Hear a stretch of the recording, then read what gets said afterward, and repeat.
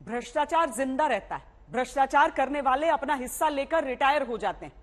यह तथ्य इस बात का सबूत है कि सिस्टम की सुस्त चाल अब भी भ्रष्टाचारियों पर सख्त कार्रवाई को अंजाम तक पहुंचाने में कारगर नहीं हो पा रही, जबकि प्रधानमंत्री खुद भ्रष्टाचारियों के खिलाफ मुहिम लाल किले से चलाकर देशवासियों का साथ मांगते हैं। देश में नेताओं और सरकारी अधिकारी कर्मचारियों के करप्शन की जांच के लिए 3 जांच एजेंसी हैं, सीबीआई, ईडी और सीवीसी। इनका रिपोर्ट कार्ड हम आपको दिखाते हैं। पिछले 10 साल में नेताओं के खिलाफ 1569 मामले दर्ज हुए, लेकिन सिर्फ 9 ही दोषी करार किए। यानी जांच की प्रक्रिया धीमी है। इसीलिए जरूरी है कि नेताओं के करप्शन केस की जांच तय समय में जवाबदेही के साथ पूरी हो।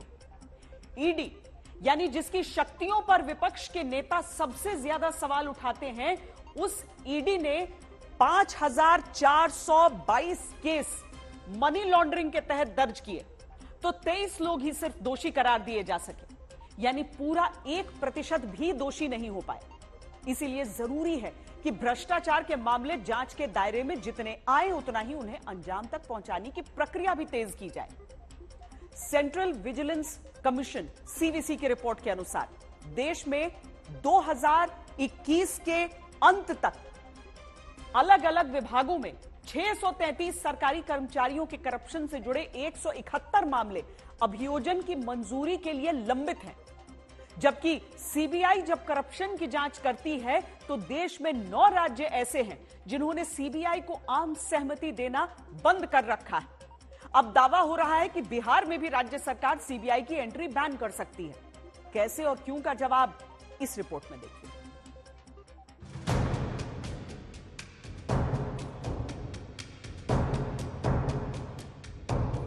ये बिहार ऐजा धमकावे से काम ना चले वाला।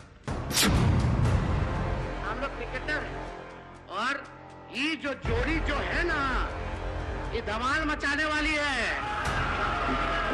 एक बात समझ जाइए, आप लोगों का डिजाइन तो सब लोग जानते हैं। क्या क्या आप लोग जो है रणनीति बनाते रहते हैं। हर जगह जो है कब्जाना है, ये करना है, सौहार्द को बिगाड़ना है, आपसी भाईचारे को भंग करना है। जो लोग डरेगा वो लोग मरेगा, जो लोग लड़ेगा वो जीतेगा। पिछले हफ्ते की बात है जब सीबीआई ने लालू यादव परिवार के कई करीबियों के ठिकानों पर बिहार से गुरुग्राम तक छापेमारी की। मामला रेलवे में भर्ती के बदले जमीन लेने वाले घोटाले का। तब सदन के भीतर बिहार में तेजस्वी यादव ने जो बयान दिया वो सुर्खियों में आया। जहां विपक्षों की सरकार है या जहां जहां बीजेपी हारती है या बीजेपी जिससे जिससे डरती है, वहां ये अपने 3 जमाई आगे कर देते हैं। पहला जमाई सीबीआई, दूसरा जमाई ईडी, तीसरा जमाई इनकम टैक्स। क्या अब सीबीआई की एंट्री भी बिहार सरकार बैन कर सकती है? सवाल की वजह है आरजेडी नेता शिवानंद तिवारी की तरफ से आया बयान, जिसमें दावा है कि नीतीश सरकार से बिहार में सीबीआई को जांच के लिए दी जाने वाली आम सहमति को वापस लेने की मांग हुई है।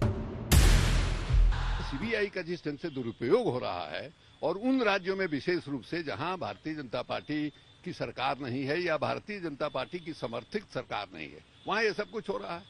तो बिहार में भी लगभग वही स्थिति है। कल जो निर्णय हुआ महागठबंधन के सभी घटक दलों का, उन लोगों ने यूनानिमसली ये सरकार से कहा है कि जो कॉन्सेंट देने का प्रावधान है दिल्ली पुलिस एक्ट के धारा 6 में, और इसी आधार पर बाकी 9 राज्यों ने कॉन्सेंट अपना विड्रॉ किया है, बिहार को भी विड्रॉ करना चाहिए। विभिन्न राज्यों में राज्यों के अधिकार को भी अतिक्रमण कर करके इसका दुरुपयोग कर रहे हैं और नतीजा 0/सन्नाटा है। इसलिए सवाल तो खड़ा होगा ही। सीबीआई का राजनीतिक दुरुपयोग हो रहा है, इसको कहने से कहीं कोई दिक्कत नहीं। बिहार में सीबीआई का एंट्री 1996 में हुआ, जब लालू जी स्वयं मुख्यमंत्री थे, जनता दल के राष्ट्रीय अध्यक्ष थे और देश में जनता दल की सरकार थी। तो अब सीबीआई तो लालू जी की पार्टी ने लाया बिहार में, दुर्भाग्यपूर्ण होगा इस तरह का कोई निर्णय लेती है सरकार। तो देश में एजेंसी को स्वतंत्र रहना चाहिए और स्वतंत्र तौर पर काम करना चाहिए। तो क्या नीतीश सरकार अब सीबीआई को बिहार में इन्वेस्टिगेशन से आने के लिए रोकने वाला फैसला ले सकती है? ये जब नीतीश कुमार से पूछा गया तब साथ में तेजस्वी यादव भी खड़े दिखे। शिवानंद तिवारी का बयान आया सर सीबीआई को लेकर कि बिहार में प्रवेश करने से पहले उसको इजाजत लेनी चाहिए। नीतीश ने फिलहाल सीबीआई को जांच की इजाजत न देने वाली मांग के सवाल पर तवज्जो नहीं दी। लेकिन अगर नीतीश सरकार ऐसा फैसला लेती है तो क्या नुकसान जनता का होता है? इसका दस्तक देते हुए हिसाब और जवाब जानिए। देश में 21,000 करोड़ रुपए से ज्यादा का बैंक घोटाला है, लेकिन जांच अटकी हुई है क्योंकि बंगाल की ममता बनर्जी सरकार, छत्तीसगढ़ की भूपेश बघेल सरकार, राजस्थान की अशोक गहलोत सरकार, महाराष्ट्र में रह चुकी उद्धव सरकार, पंजाब में रही कांग्रेस की सरकार ने भी सीबीआई को हजारों करोड़ रुपए के बैंक फ्रॉड की जांच की इजाजत ही नहीं दी। दरअसल देश में कुल 8 राज्य ऐसे हैं जिन्होंने देश की सबसे बड़ी जांच एजेंसी सीबीआई को जनरल कंसेंट यानी कि आम सहमति नहीं दी हुई है। इनमें से ज्यादातर वो राज्य हैं जहां पर बीजेपी या बीजेपी गठबंधन की सरकार नहीं है। इन 8 राज्यों में से 5 राज्य ऐसे हैं जहां पर इजाजत न मिलने के कारण 21,000 करोड़ के बैंक फ्रॉड की जांच अटकी हुई है। आम आदमी बैंक की एक किश्त न दे पाए तो नोटिस आएगा, किसान ट्रैक्टर का लोन न भर पाए तो घर से ट्रैक्टर खिंच जाएगा। लेकिन हमारे देश के 5 राज्य ऐसे हैं जिन्होंने सीबीआई को इजाजत जांच की नहीं दी तो हजारों करोड़ रुपए का बैंक फ्रॉड करने वाले आजाद हैं। संसद में मार्च तक दिए गए आंकड़ों के मुताबिक महाराष्ट्र में 101 केस ऐसे हैं जिन पर सीबीआई को जांच की सहमति तत्कालीन राज्य सरकार से न मिलने की वजह से 20,312 करोड़ रुपए के फ्रॉड की जांच अटक गई। पंजाब में तत्कालीन कांग्रेस सरकार की इजाजत न मिलने से 12 केस रुके, 299 करोड़ रुपए की जांच अटकी। पश्चिम बंगाल में 6 केस में 293 करोड़ रुपए की बैंक धोखाधड़ी की जांच फंस गई। छत्तीसगढ़ में 8 केस ऐसे हुए। राज्य ने जांच की सहमति सीबीआई को नहीं दी तो राज्य में 157 करोड़ रुपए के बैंक फ्रॉड की इन्वेस्टिगेशन आगे नहीं बढ़ी। राजस्थान में 1 केस ऐसा अटका जिसमें 12 करोड़ का बैंक फ्रॉड हुआ।